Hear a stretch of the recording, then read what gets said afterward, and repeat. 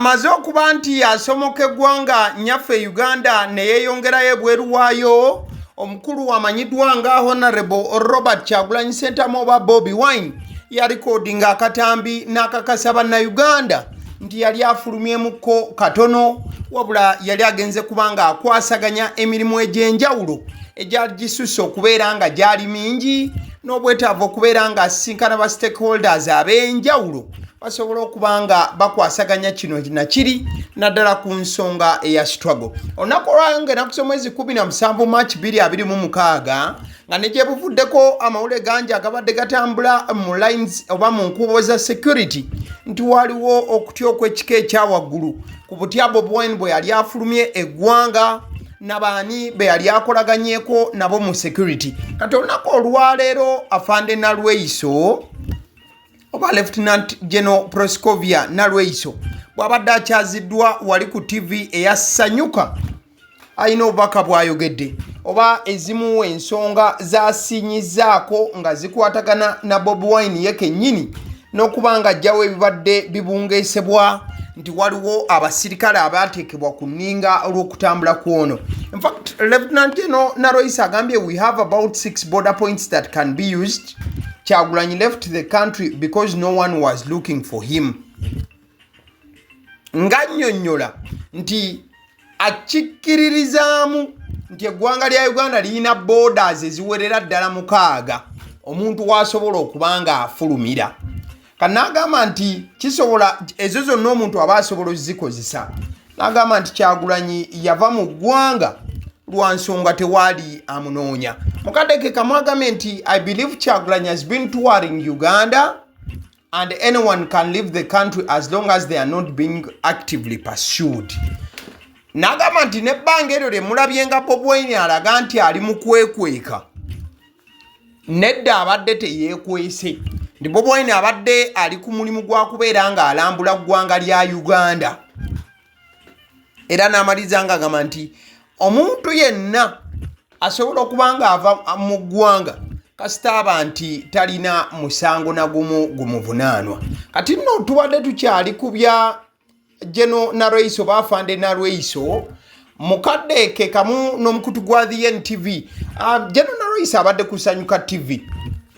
Kati ku side ene ya NTV bakyaziza Minister of State oba Minister wa Government ku lw'ensonga za tekinologiya wamu n'okumaakuma eggwanga. Minister of State for ICT and National Guidance omukulu amanyiddwa nga Kabyanga alina byannyonnyodde ku kutambula kwa Bobi Wine ye nga minisita, era n'abambako tugedde bwe simubawa tumuwulirize wano bwe tuti. He's free if he will go and do all those engagements. And I think it was a personal decision for him to leave the country. I don't think really we have insisted and we have continued telling the population that we are not looking for him. If we are looking for Bobi Wine, my friend, we would have got him. If we were looking for Bobi Wine, my friend, we would have got him. Bigambo bya Honorable Minister Kabyanga agambye nti mukwano gwange Kyagulanyi tabazza mu ebyo. Singa twabadde tumwetaaga twabadde tusobolera ddala okubanga tumufuna. Era agambye nti ye nga minisita agambye nti Bobi Wine okubanga asalawo okufuluma eggwanga okwo kwabadde kusalawo kwe wabula bo tebannamunoonyaako yadde. They didn't arrest him when he was going, so why should he arrest him when he's coming back? Or you think we didn't know where he was passing and whatever? You can give us information, did you? First of all, he's moving on a Ugandan passport. Did he tell you he's moving on some refugee passport? He's using a Ugandan what? Passport. He's a Ugandan and a free citizen of this country. He himself has said, I'm coming back. I'm going to engage on some critical matters and I'm coming back. When he comes back, he'll come back and stay. Okay. When he is coming back, he will come back and he will stay. Bigambo bya Honorable Minister Kabyanga agambye nti Bobi Wine aba akomawo ajja kukomawo era abeerewo. Mukadde kamu agambye nti olaba tetwamukutte ng'agenda kati olwo ku madda ge we tunaasalawo kubanga tumukwata. Era agambye n'okugamba nti kati ye kyalowooza nti tetumanyi wa gye yayise ng'agenda. Era minisita n'agamba nti ekisookera ddala alina paasipooti ya Uganda ate musajja munnayuganda ye Bobi Wine. Nabwe kityo tewaliwo nsonga yonna erina kubanga esasamaza yadde okweraliikiriza bannayuganda. He left the country to attend to critical matters. If the video which I saw was authentic, he didn't say he was fleeing the country. There are two things: to flee the country and also to leave the country to go and attend to critical matters. It was scared for his life. I know, but if you are scared for your life, you cannot leave the country to attend to critical matters. So if you are going out of the country and you fear for your life, we can reach you there. So the video which I have seen, he told Ugandans that I'm leaving the country to go and attend to other critical matters, to go and engage our partners in the diaspora, to go and talk to development partners to ensure they consider targeted sanctions, which implies he's free. Consider targeted sanctions, which implies he's free. Bigambo bya Honorable Minister Kabyanga. Abadde agamba nti Bobi Wine yayogera n'akinoganya nti yali agenze kubaako ensonga z'amaliriza ez'obuvunaanyizibwa era ezaali zimwetaagisa. Era minisita n'agamba mmwe mwawulirako nga Bobi Wine abagamba nti adduse mu ggwanga. Kati kwe kumubuuza nti naye yali adduka kutaasa bulamu bwe. Kono nti era ne yonna gy'agenze bwe tuba tumwetaaga tuba tusobola okumwenonerayo. Bigambo bya Minister of State for ICT and National Guidance. Kati no tubadde tuli awo omukulu Honorable Vinicius Baryamureeba ono nga yeesimbawo ko ne kuba president gye buvuddeko ta ku mutimbagano gwe oba omukutu omugatta bantu awandiise obako obadde buchallenging one of the people that had commented era nga naye muyivu nnyo omukyala amanyiddwa nga Janice Kyakundwa namugamba nti Janice, that is exactly my point. For instance, when Colonel Besigye returned from South Africa, Uganda came to a standstill. Does Bobi Wine hope for the same when he comes back from a self-imposed exile? Not even 10 people will be allowed to escort him from the airport. Sorry. After what is happening between Iran and USA and in the Sahel region of West Africa, do you think any Western power, including the USA, UK, France, etc., will engage in regime change in Uganda? Your guess is as good as mine. Kati Honorable Professor Vinicius Baryamureeba yali yeesimye okuba president. Abadde agamba nti Besigye bwe yakomawo okuva South Africa, Uganda yakankana era neesanyalala. N'agamba nti ne Bobi Wine kyalowooza bw'anaaba akomyewo okuva ebweru.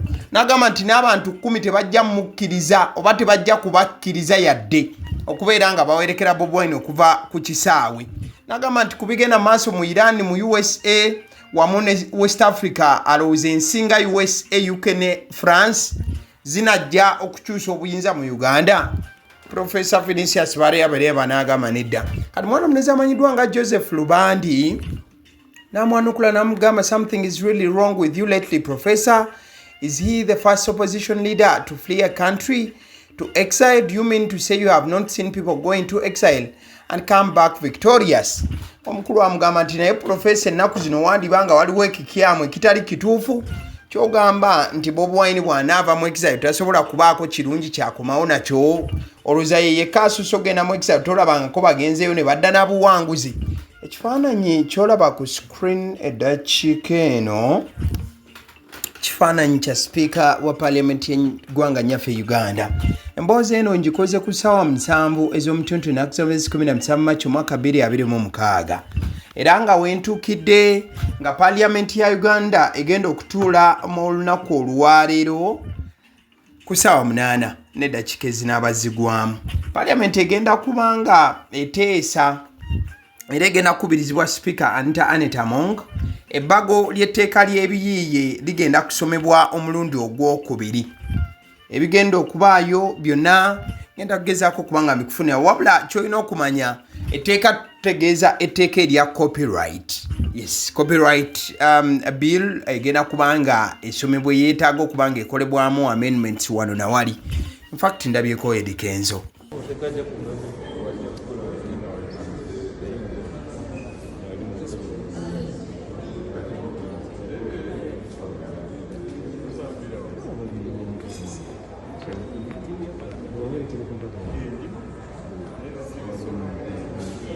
Yeah, that is it. Mwana mlenzi Edrisa Kenzo Msuuza yatuuse dda ku Parliament y'eggwanga nyaffe Uganda okubeerawo nga etteeka erikwatagana n'ebiyiiye oba copyright lisomebwa. Mukadeke kamu kankulinkige ku Parliament wano Katon.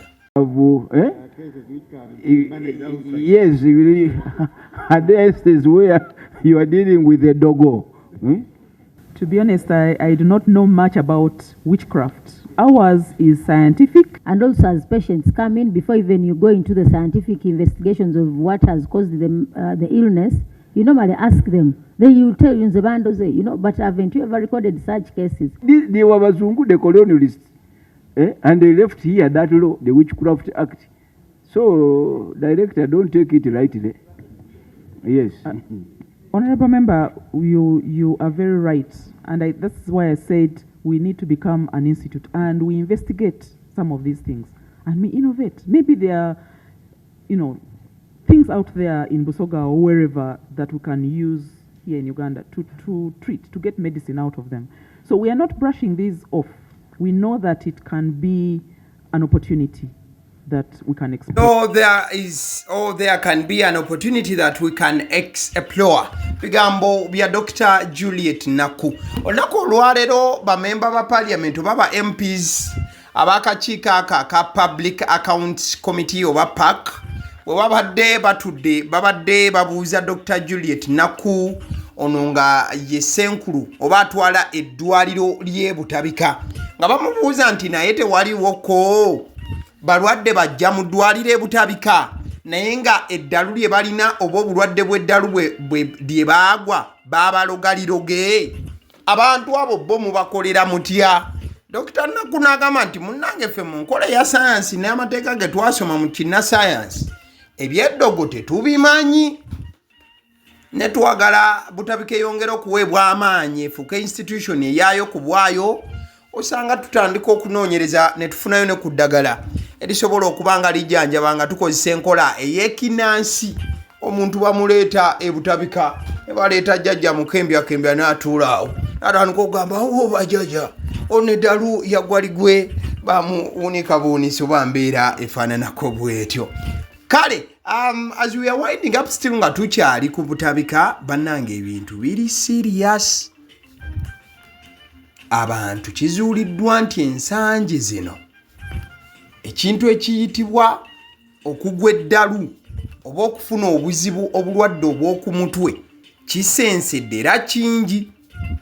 Okusinziira ku Ministry y'ebyobulamu alipoota ya 2024-2025 eraga nti omwaka ogwo abantu abawerera ddala 5,931 be baali abalwadde abaavanga ewaka ne bagendayo okufuna obujjanjabi.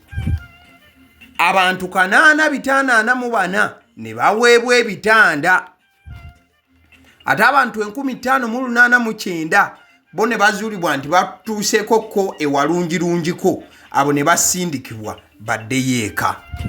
Abatoloka okuva mu ddwaliro bawera 1,666 be batolosi nga bamutwala e Butabika n'alabiriza abasawo n'akumamu oba otegedde.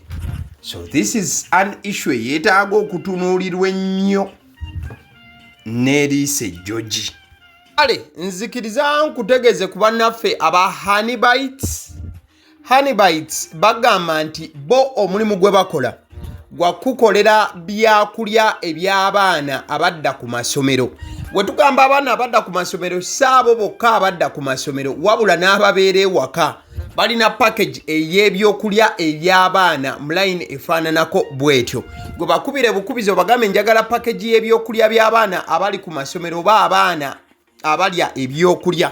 Balina ebyokulya yogera ku daddies, yogera ku binyeebwa, amawogola, yogera ku bagiya, yogera ku cupcakes, yogera ku donuts. Osobola okubafuna ku 0709 787508 ate era mukadde ke kamu bw'oba oyagala ku pizza size yonna era namba y'emu. Ate era mukadde ke kamu bakola ne cake eza buli mukolo babayita aba honey bites.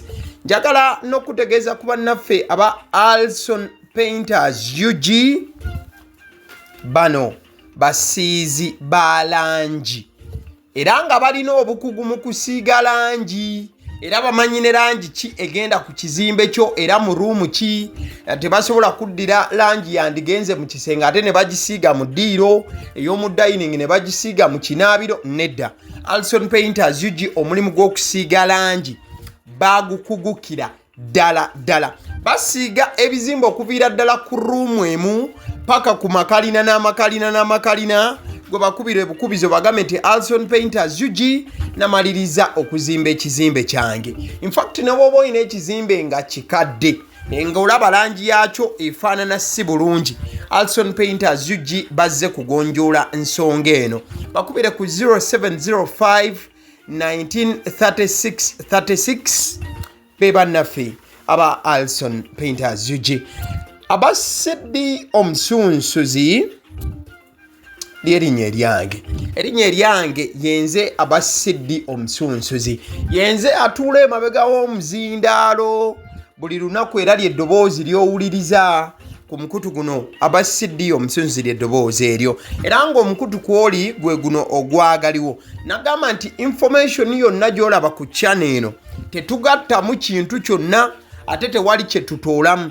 Information nga bw'eba eyingiddewo ffe bwe tugikwata ne tugikuwa. Kati gwe omulabi n'osalawo ki eky'okukozesa information eyo. Kati ky'ogenda okukola mukwano gwange bw'oba omaliriza okulaba vidiyo eno, likinga, commentinga ki ky'olowooza, mukadde ke kamu subscribinga bw'oba nga omukutu guno oli mupya.